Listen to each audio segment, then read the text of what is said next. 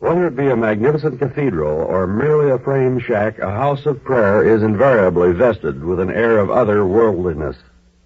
Perhaps it is because of this fact that one is never too surprised to learn of strange and incredible events which occur within the confines of the church. And as evidence that such events do occur, witness the curious case of the organist at Avonbury. It was a simple house of worship, this Avonbury church in Herefordshire, England.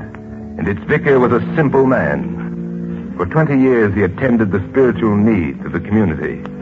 And it is greatly to be doubted whether anything really remarkable had ever happened to him. Not at least until a certain autumn night in the year 1919, when the vicar was making his way home after a condolence call on a bereaved widow.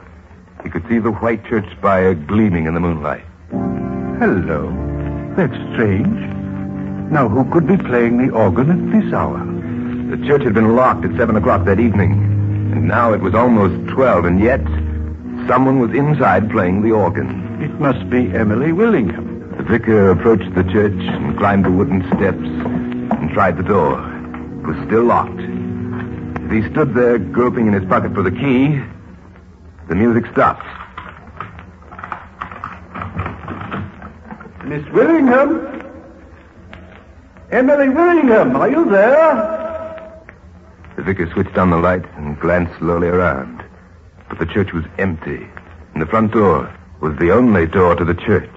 It was not until evening of the following day that the vicar found time to visit Miss Willingham, and he wanted to know how she had managed to leave the church. I was never in it. Not last night. But just at midnight, Miss Willingham, I distinctly heard something. Whoever you may have heard, my dear vicar, it was not I. I was in my bed at 12 o'clock last night. Have you spoken to Mr. Rumley? Rumley, the sexton? He has a key to the church, has he not? If anyone would know a way of leaving the church unnoticed, I'm sure it would be he. And while he has never confessed to having musical talent, I'm certain he would be happy to improve his position by taking my duties as organist away from me. I shall speak to him at once. And so, my dear vicar, shall I?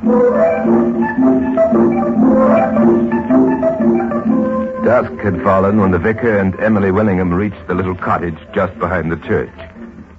I'm glad you've come, Vicar. I've been wanting to talk to you all day. I'm registering a complaint against her. Against me? Aye. I've got no objection to you playing the organ any time you like, only not at midnight. Why, of course. I heard her, Vicar. I heard her. In the middle of the night it was.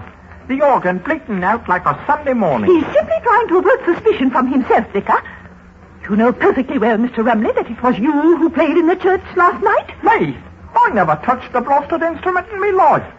Obviously, it was one of the two of you. We three are the only ones who could have got into the church.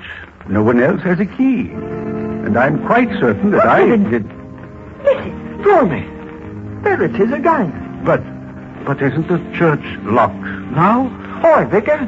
I locked it myself half hour ago. And there wasn't a living soul in there when I did.